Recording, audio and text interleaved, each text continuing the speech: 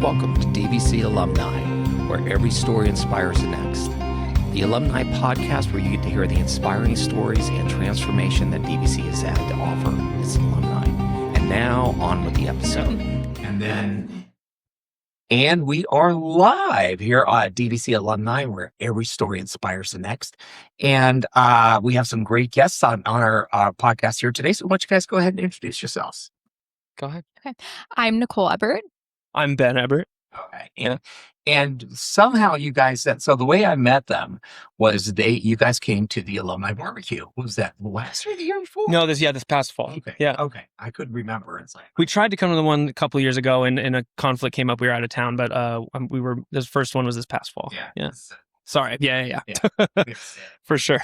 So anyway, so yeah, it was just like, I mean, you mentioned that you guys were from here and you went here and then I guess you work here. And it was like, I was like, oh my gosh. Okay. So, and since this is February coming up when this gets released, because this will come out Tuesday, this is our couples, that met here at DVC. So let's start with where you guys met. So where did you grow up? I grew up in Concord, born and raised, and it's, probably 15 minutes from here. So DVC was something that I even took when I was in high school as a class after school. I went to Concord High. Yeah. To YB. Oh, nice. Yeah. Way back when they were Civil Warriors. Oh, Yeah. wow. Nice. Yeah. Not the Wolves now, right? Aren't they the Wolves? Yeah, I think so. Yeah. I grew up in Lafayette, went to Akalani's, and then, went to DVC right out of high school for a number of years. Okay. Yeah. And so you guys met at DVC here at that point? We did. Yeah, we were in journalism class together. Oh, wow. Okay. Yeah. So what did you like? I mean, were you involved in it? Just in general in DVC, I worked with the sports program. So I wanted to go into sports journalism. So I did a lot of play-by-play broadcasting for the football team. And then did public address announcing for baseball. So I was involved there with like Christine Worsley and stuff. And then, I was a student worker. So I actually worked in the Career Employment and Transfer Center back before we had the new building. So I started there when it was in the middle of the counseling building. And then I stayed there until they moved to the new building as well. So that was when I was a student. That's what I did to be involved as well. Okay. Now, what's interesting that this will be slight sidetrack, but the chancellor for the Contra Costa Community College District, Mojda, she started out here. She was a computer science major, and she got into a speech and debate class. I'm trying to remember the story. It's been a while since I interviewed her, but and she started off as a student work here part-time.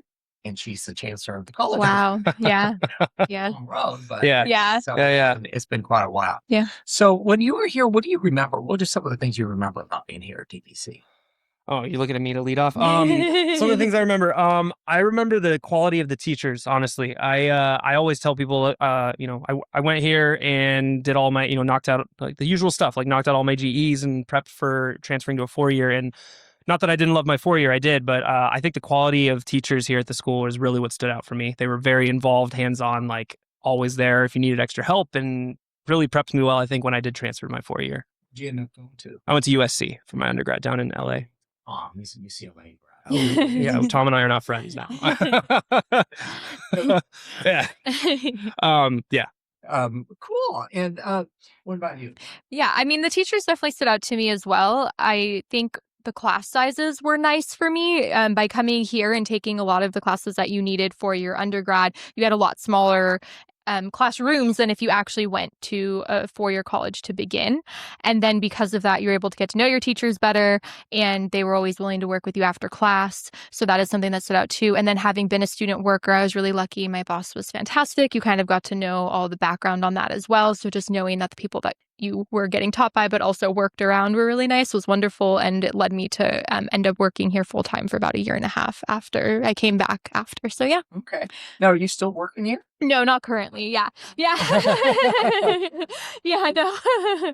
No, I haven't worked here in a while now. I think I left I'm trying to think what year that was. Maybe like 2018. Pre-COVID for sure. Yeah. But I was here for at least 1.5 years. Yeah. Yes, it's so true. 2020. Yeah.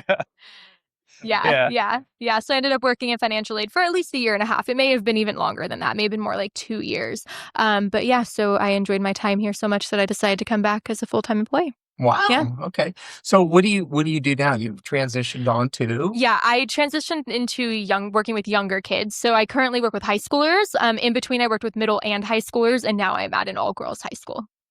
Yeah. You can name it. Yeah. You Oh, can I guess. actually Yeah. say, like, Yeah. Okay. Yeah. Yeah. It's Crondelet in Concord. Yeah. So yeah. Yeah. So I was teaching prior. Now at Crondelet, I do attendance. But at the school prior, I taught American Sign Language, which I started learning here when I was even in high school. I took the American Sign Language classes after school here, and then I took it when I was a student here, and then I taught it, which was fabulous. And then now I work at an all-girls school, Crondelet. Yeah. Okay. Well, I remember them in De La Salle when I was going to YV. This Mhm. is the 70s. So De La Salle was just a Catholic school, and our football team used to go up and just annihilate them before we go off to Pittsburgh. And then that all changed. So. Yeah. Mhm. But so you went on to USC, Mhm. go Trojans. Go Trojans. Fight on. Yeah, definitely. Yeah. But what did you find like being here at DVC? Did you find that really prepared you for that, or what were some of the things you took away on that? That's a good question. I mean, a lot of things. I think all the different classes that you have to take when you do knock out all of your GE, I think like learning a bunch of stuff you're not comfortable with and that you're not used to, like whether that's science or math or whatever it might be. I think, and to that point, like the quality of teacher and professor here really, I think prepared me for what was required of transferring to my 4-year. But also just socializing, like being a transfer student is not always easy. I'm sure that's a common feeling amongst a lot of students that transfer out of DVC. You're going to basically into your 3rd year, most of the time with, people that have already established friend groups that maybe started there as freshmen at the 4-year university. So I don't know. I think like the socializing aspect, I met a lot of lifelong friends here that we both did that we've maintained really close contact with here at DVC. So I think that helped me like, kind of be able to kind of break the ice and meet new people, despite going in as second semester sophomore technically to USC, but like, in the middle of the 4-year. So I think that was a big part of it. Yeah. Yeah. And where did you end up going? San Francisco State University. Yeah. Yeah. A friend of mine got her MBA there. So. Oh, nice. Yeah. So did you find that to be the same experience? Was just you got there and it was a little bit more comfortable because you'd already been here at DVC, or was it? Yeah, I definitely think so. And as I mentioned before, like the class sizes here being smaller, I feel like I was more comfortable talking to the teachers because I had been in that experience versus if I had been in a 400-person classroom and not used to that. So when I went there, I felt like I could actually speak with them and didn't feel uncomfortable doing that. And then also being the student worker here, I learned a lot about like the options that you had. So I was like, okay, I know that existed at DVC. Let me check to see if it existed at SF State. So it kind of like got me a little in as well, which was nice. Cheat code, you get all well, no, and it's like the thing is because you put yourself out there. Yeah. So I mean, I see that with students that are either involved with clubs, but they're very involved with the community, and then maybe they become a student worker someplace. But the thing is then that gets them kind of that behind the scenes cheat code. Yeah. I guess we'll call it. Totally. So you then went on, completed that. You went on to one school, then now you're at the all-girls high school that shall remain nameless. And yeah, right next to So I work at like where I work currently. I work at I like to say sports tech startup. That's the easiest way to say it, but we're basically like a flexible ticketing software platform that we license to professional collegiate sports teams and casinos. We basically help run flexible ticketing. So like the LA Kings are a big partner of ours, and we help basically, if you want to buy a ticket membership with them, you can flexibly manage. Like if you book one game and you need to swap out of tickets and book a different one, or you need to add on additional, our software makes that really easy and self-service. So that's what I do currently. Oh, wow. And what do you do with them? I lead all of the partnerships. So my title's the head of partnerships or VP of partnerships, but I basically handle all of like a lot of the sales, pitching, onboarding new partners, and then maintaining the current partnership. So the whole life cycle of a partnership with our. That actually sounds really interesting. It's just that, not to say that the Yeah. all-girls high school is not,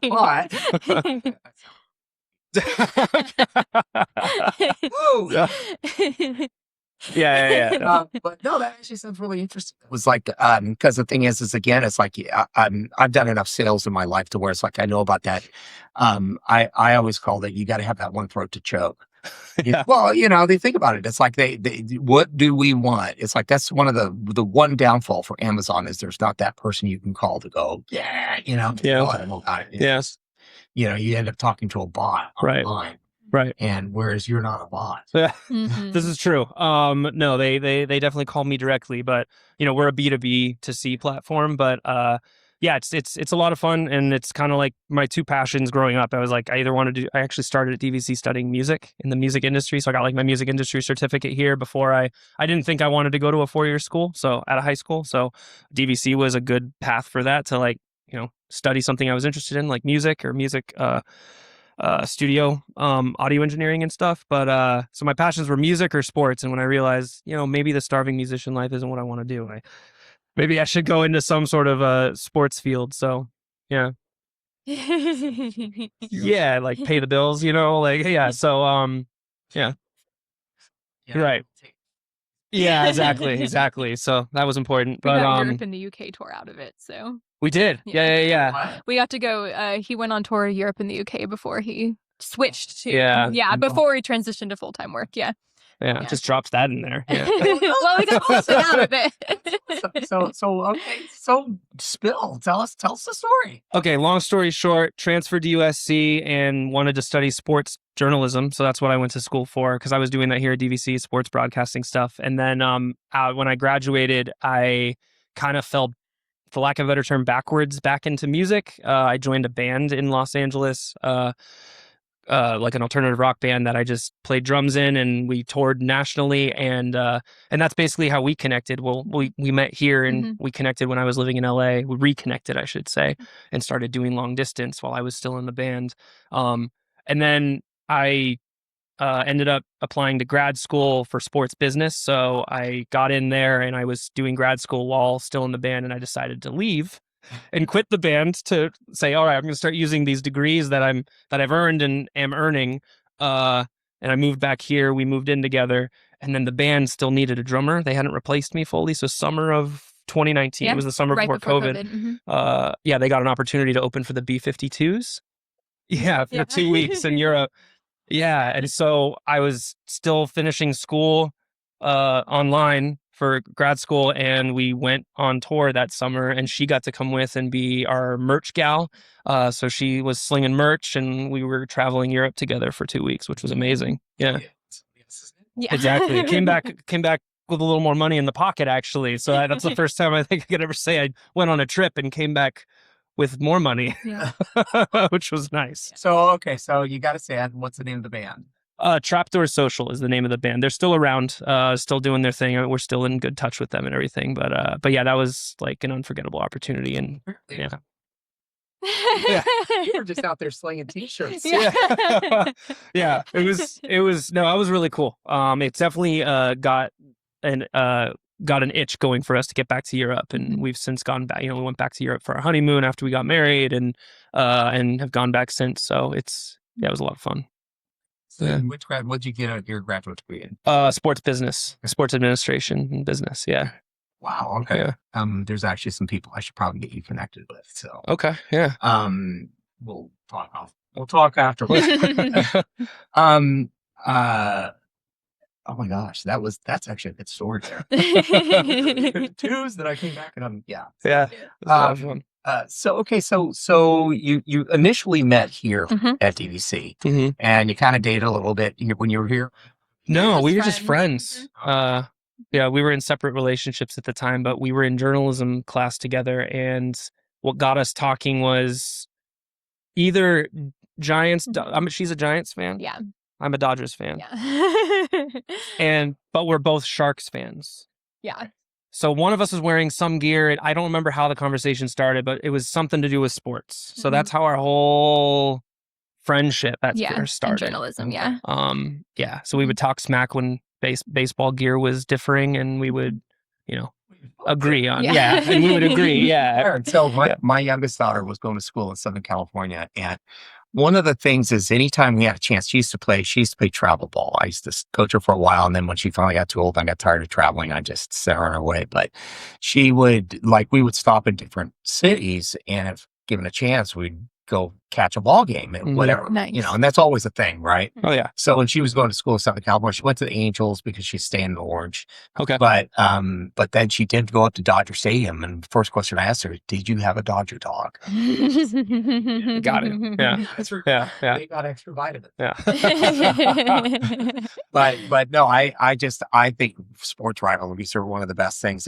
And I hate to say it, and Tom will attest to this, but I was rooting for the Dodgers in the World Series. Oh, come on. Yeah. You gotta. I mean, Oh yeah, they better beat everybody. So it just, they needed to. yeah, we're going for the 3-peat now. But I will say our first date when we did reconnect was the Giants-Dodgers game. Yeah. Yeah. I was still living in LA. Mm-hmm. We were talking, and I was trying to figure out what are we I gotta plan a trip back to see her. So I pretended, she remembers this, we were texting, and Mother's Day was coming up, I think a couple weekends away, and I said, oh hey, I'm gonna be in town for Mother's Day. I was not gonna be in town for Mother's Day. I was, but I had no plans initially. Just I love seeing my mom, of course. I love you, Mom. But I used that as an excuse to be casually hey, I'm going to be in town. Do you want to? Hey, the Giants Dodgers are playing in SF. Do you want to go to the game?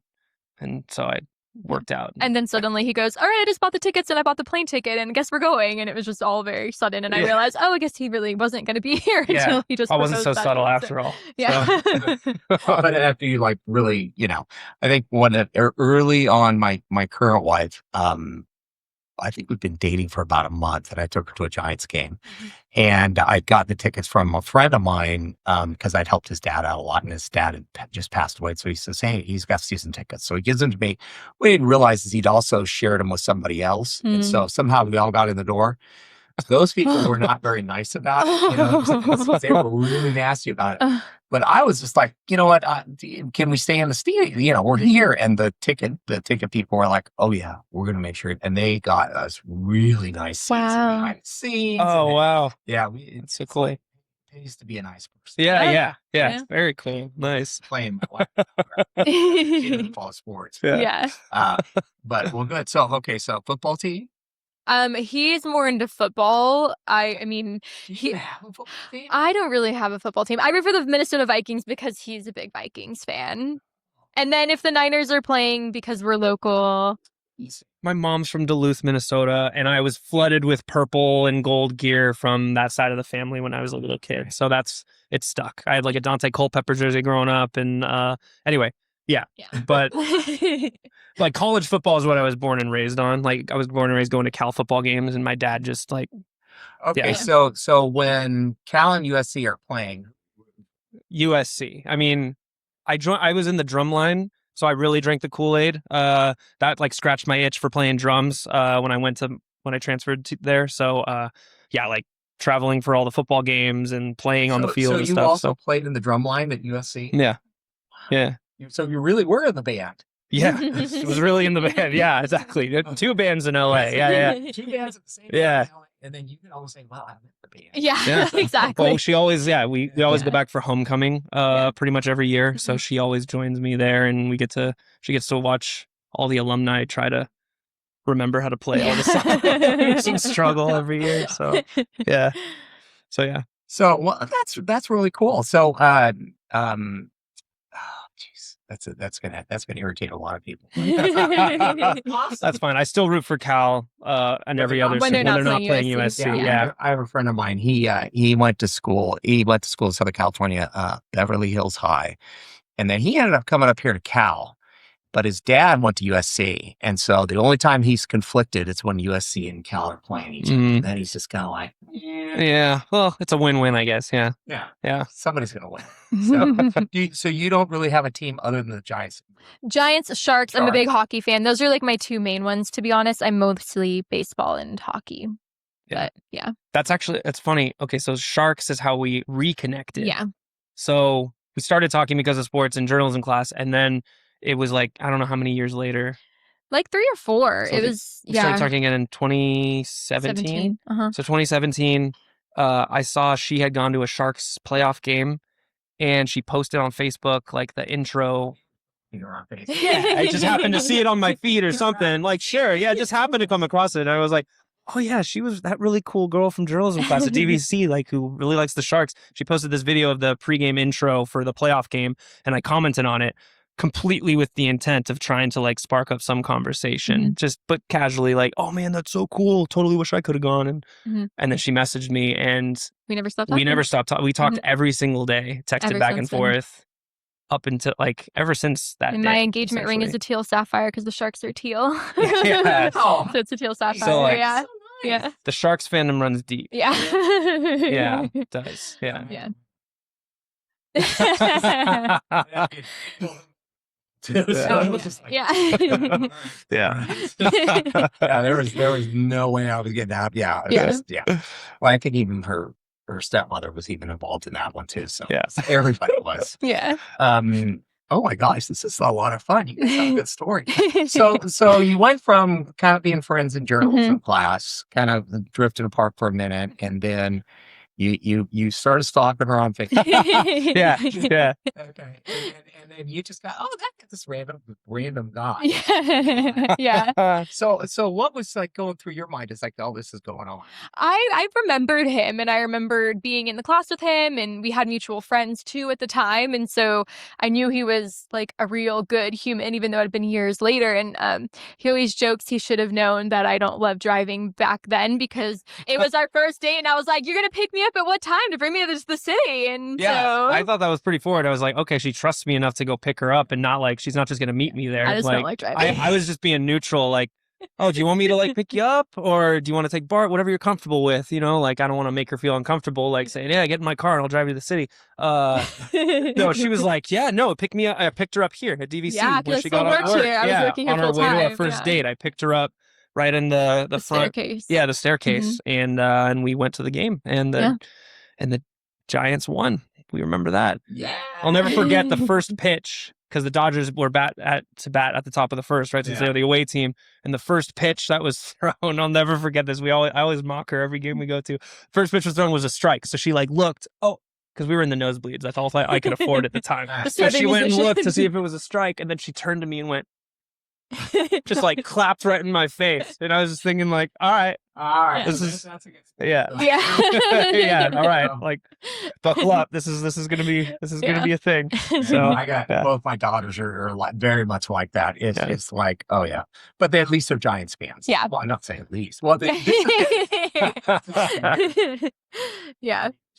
yeah. It's been rough. Well, new manager. We'll see how it goes. Yeah. You know, We hope so. It's finally fun to be a Sharks fan again. So Yeah, you the know, Sharks are Giants are winning coming again, up so that's next. nice. Yeah. That's when it's nice being a Niners fan. I mean, they were limping along. I didn't think they were going to do against Seahawks, and they lived up to my expectations. But yeah, I mean, the Seahawks are just on. So it's just kind of hard. Yeah, totally. You know, they ran over the Rams. They ran over the Giants. They, pretty much. Yeah, they ran over just about everybody at one point or another. Yeah. Well, I'm pulling for them this year because Sam Darnold. I watched him win USC a Rose Bowl in 2017. So that's my only reason I have any sort of investment in the Super Bowl this year. Well, I kind of root for him just because I'd like to see him win so they can at least have the trophy once. Yeah. Yeah. Because it's not like the Patriots are going to miss it. Yeah. That's true. But I don't know. It'd also just be nice to see Sam Darnold turn his career around. He was just written off as a bust essentially, right, as being like a top draft pick, and now he's revived his career. So and he also did it with the Vikings last year, so I liked it too. So but yeah, we'll see how that one shakes out. Yeah. So back to you guys. So you get to you have that first date, which actually sounds better than my first date. But first date, go to the Giants Dodgers game. Giants won. Yep. Yeah, it worked out. Yeah. It worked out. So like, were you were still living in Southern California? Mm-hmm. So you would like trying to do the long distance thing. Yeah. Well, the good news is it was at least LA, so there were a lot of Southwest flights. So I tried to go there once a month, and he tried to come here once a month was kind of what we did. I actually was working here full time when we were long distance for the majority of it. Yeah. Honestly. Yeah. And so luckily there are a lot of 3-day weekends when you work here and things. So it kind of lined up really nicely where like on those 3-day weekends, I would be the one traveling. And then when it wasn't a 3-day weekend, he would be traveling. So it really lined up that way. And then we just, because we had so much in common, I think it made it okay because we would just be able to talk all of the time. And yeah, in spite of the Dodgers, Okay. yeah. And my family has them, like, what do you have, like, Dodgers fan with the thumbs down in one of my cousin's phones? Yeah, like, my someone family are all labeled in their Giants phone fans. is like Dodger fan, thumbs Yeah. down. That's how I'm known in her family. Constantly Yeah. ragged. So because we had so much in common and, like, also rivalries in common, we just were able to keep communication up. And even though we saw each other only, like, twice a month a lot of times, it was still better than nothing because it wasn't East Coast. And then after about a year and a half, I think it was, of long distance is when he quit the band before he kind of rejoined and then moved up here again. So Yeah. yeah.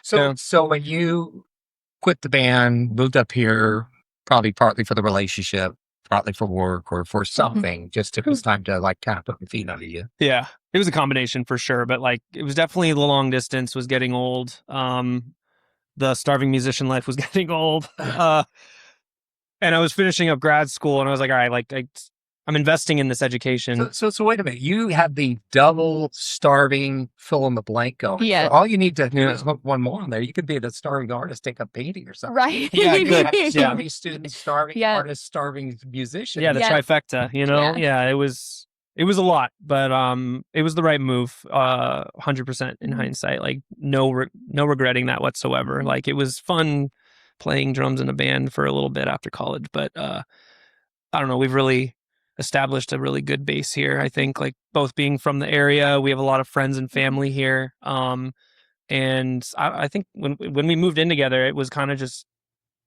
no hiccups. Like I always feel like sometimes no, it was just like easy. Yeah. All the time. Yeah. And then COVID happened pretty shortly after, Yeah. not too far after. Yeah. And then he was finishing up his master's degree. And then luckily he was online anyways, but his graduation got postponed. So he graduated technically a year later in person. We got to go to Chicago. Yeah, it was fun. After COVID, because he went to Northwestern for grad school, not USC. So we got to go to Chicago in 2021 instead of when he actually graduated in 2020. So it was like, I think he was in NorCal for like 8 months or something before COVID happened or something like that. So we got to know each other very well. And then, traveled once we could to Chicago, but we got lucky and got to get to traveling in before COVID too. So, Yeah. Well, and it was good that you were able to cohabitate before being forced to. Yeah, Yeah. You know, totally. Because I know that was a challenging time for me and my wife. We were still boyfriend and girlfriend, but it was, she got sent home from work I got sent home from work for 2 weeks and didn't go back to the office. Yeah. Because exactly. Yeah. And but I was working a lot from home, so she got sent home, and she was just like she was going stir crazy. Yeah. So, Yeah. we've so many YouTube workout videos. You can Right. watch. Yeah. Right. Yeah. Yeah. No, we were still boyfriend girlfriend at the time as well. But it was definitely, I don't know. We found a lot of ways to just, I don't know. I don't want to say it like necessarily brought us closer because we've always been really close. But I think it still did. yeah, it still did. Like we found a lot of cool way, like cooked a lot together. We got into shows. We played got a lot of- basketball hoop. We got cornhole. Yeah. Like we just did stuff We like were that playing to keep outdoor each other. activities. Yeah, We, finding something to do. We played a lot of board games. Yes. Like I don't know. We actually I had like started puzzles. we enjoyed our time together actually during COVID very much. And not that we want to go back to that lifestyle, but I'm pretty grateful for the fact that we were able to get through it. You guys not only love each other, it's like you actually like each other. Yeah, exactly. Yeah, it's true. So it's just, it's like, because I lived with people, and didn't like them, but it's like, I love you very much, but please go with it. 100%. Yeah. So you kind of, and as you came out of COVID, you got a chance to go walk at Northwestern. Yeah. Chicago. No, honey. all good. No worries. There is a Northeastern. That's in Boston, right? Or Massachusetts, I think. It's Connecticut. Massachusetts. So there's, I think. somewhere in the Northeast, right? Yeah, About 20 schools. exactly. Yeah, there are. Yeah, Well, and that's also, it's like you got harbors around there and all the other things. So, yeah. you know, so since that time, so how did you get into the app that or not the app, but the service that you guys are, how did you end up? Yeah. So we're company's called Fan Rally. I don't think I gave the name earlier, but I worked at the A's the summer we got the tour opportunity with the band. They let me take 2 weeks off to go on tour, which was very nice. But I was working at the A's at the time, working in the broadcast side. And the COO of the Oakland A's, his name's Chris Giles at the time. At the end of that season, he ended up, or at the end of 2019, he left to start this company. Because there was, he tried to run like a flexible ticketing program with the Oakland A's. So it was his company. And my childhood best friend was also working at the A's, and he knew Giles better than I did. I didn't really know him that well. So he introduced me, saying, hey, like my friend's looking for, more of a stable opportunity. Like, would you, have coffee with him? Yeah. And so he set up this coffee with Chris Giles, the former CEO of the A's, who's starting this company. And we met for coffee at Pete's and hired me on the spot to be his first employee. So I started working out of his home office. He always says that on like new sales calls that he's on. He's always like, Ben was employee number one. So yeah, it was just the two of us start, and it was January of 2020 formally, I think, is when that started. And so then COVID hit, and it basically set us up to be able to do a bunch of research. A lot of these sports executives had a lot of free time on their hands because there were no live sports. So we actually used that period of COVID to just do a bunch of research, like for the product that we eventually ended up, getting an engineering team and built out, and where we are today. Wow. Okay. Yeah. So that worked out. And then let's talk about your track. So you were working here at DVC and you ended up. Yeah. So I worked here part-time as a student worker, transferred to SF State, did TAing, nannying, things like that, and then went to a school that no longer exists called John F. Kennedy University. I worked there. Yeah. In Pleasant Hill. Yeah, so that one was, I worked there for a while. That was still technically part-time.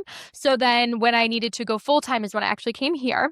I had a very short, transitional job between here and a job that I was with for 4 years. It was a small school that also is no longer around. Great track history with past jobs, but it was called Futures Academy.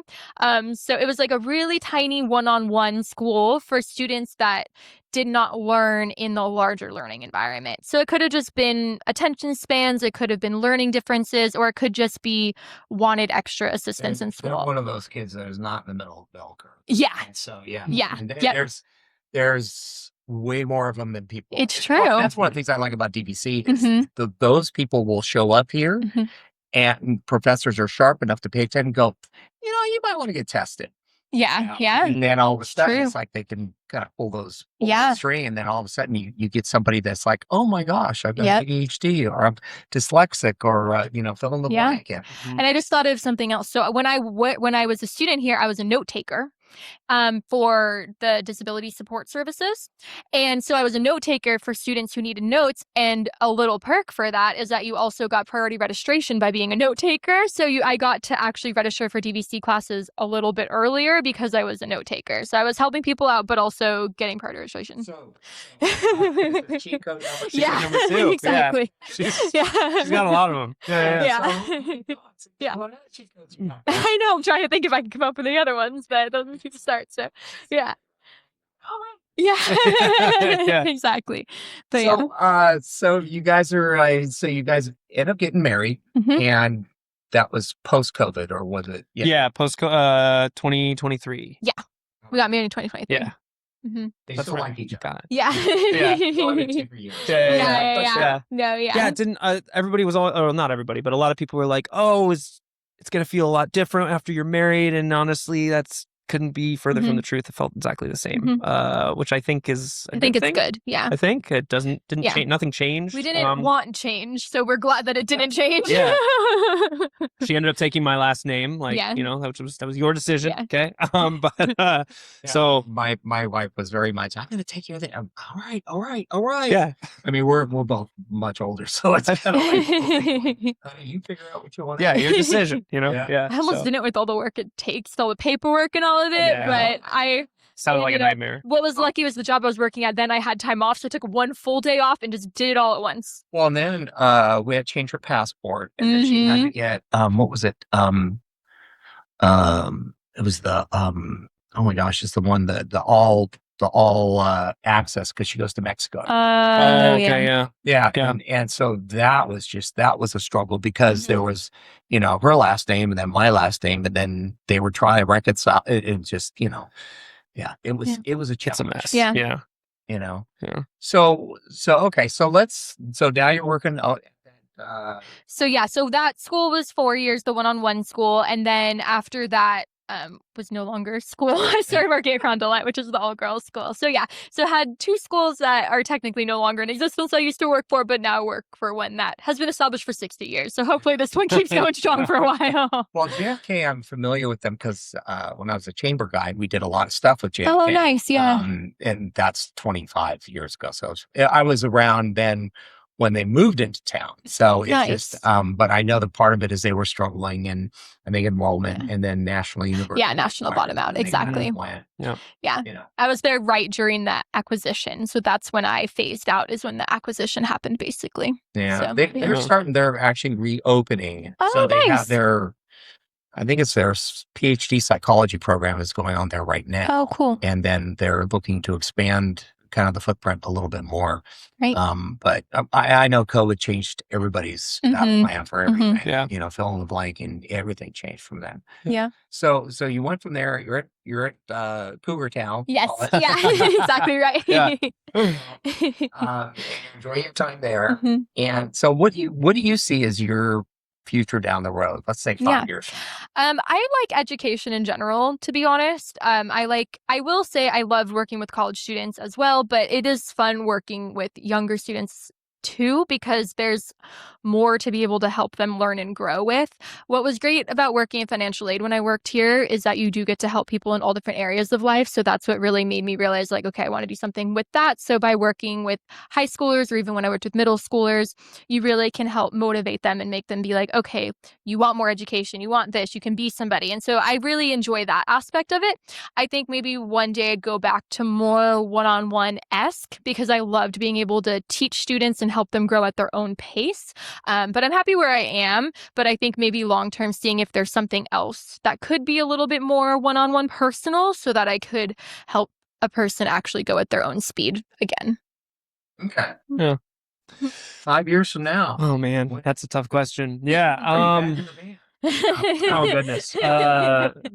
Doubtful. I'm retired. No, we still play drums and stuff. It's a lot of fun, and I'd like to keep that up with like old high school friends, with the old high school band I was in. But I don't know. 5 years from now, hopefully, the company I'm working for now continues to grow, because it's been a lot of fun. I never imagined I would be in ticketing, to be honest. But I don't know. Working for a startup it's a lot of fun. I mean, you have to wear a lot of hats, and it's a grind. Because we're a team of under 10.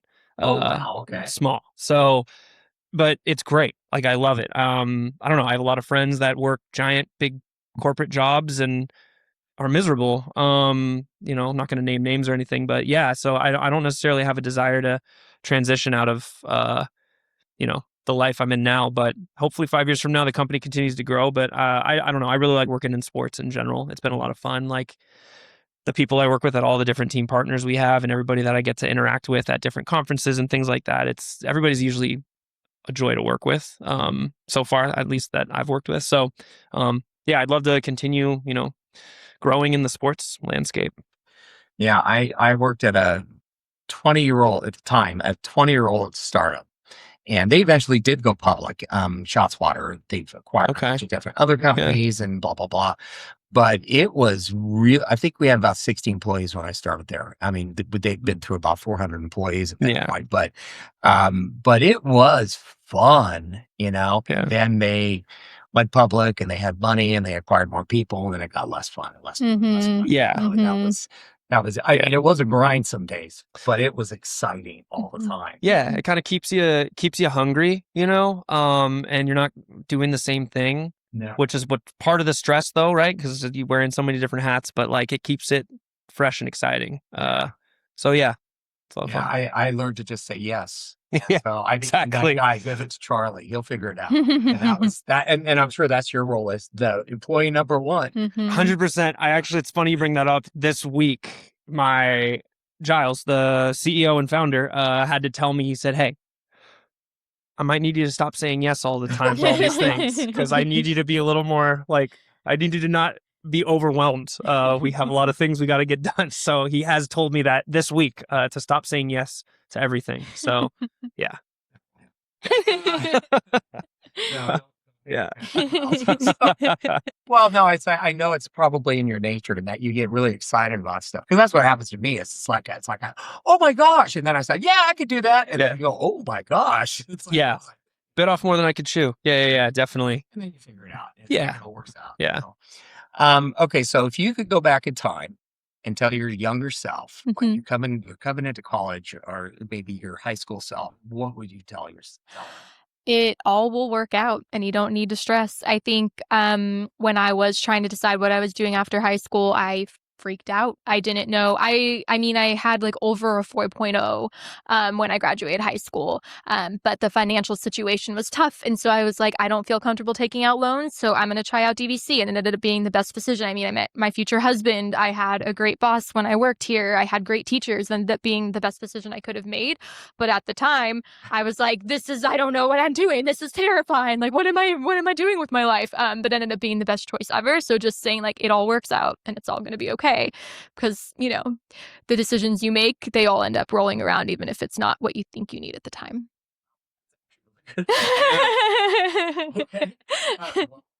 Yeah, tough to follow. I don't know. I'd echo that though, because I feel like I experienced a very similar thing where I did not have a 4.0 coming out of high school. I did not plan on going to school after high school.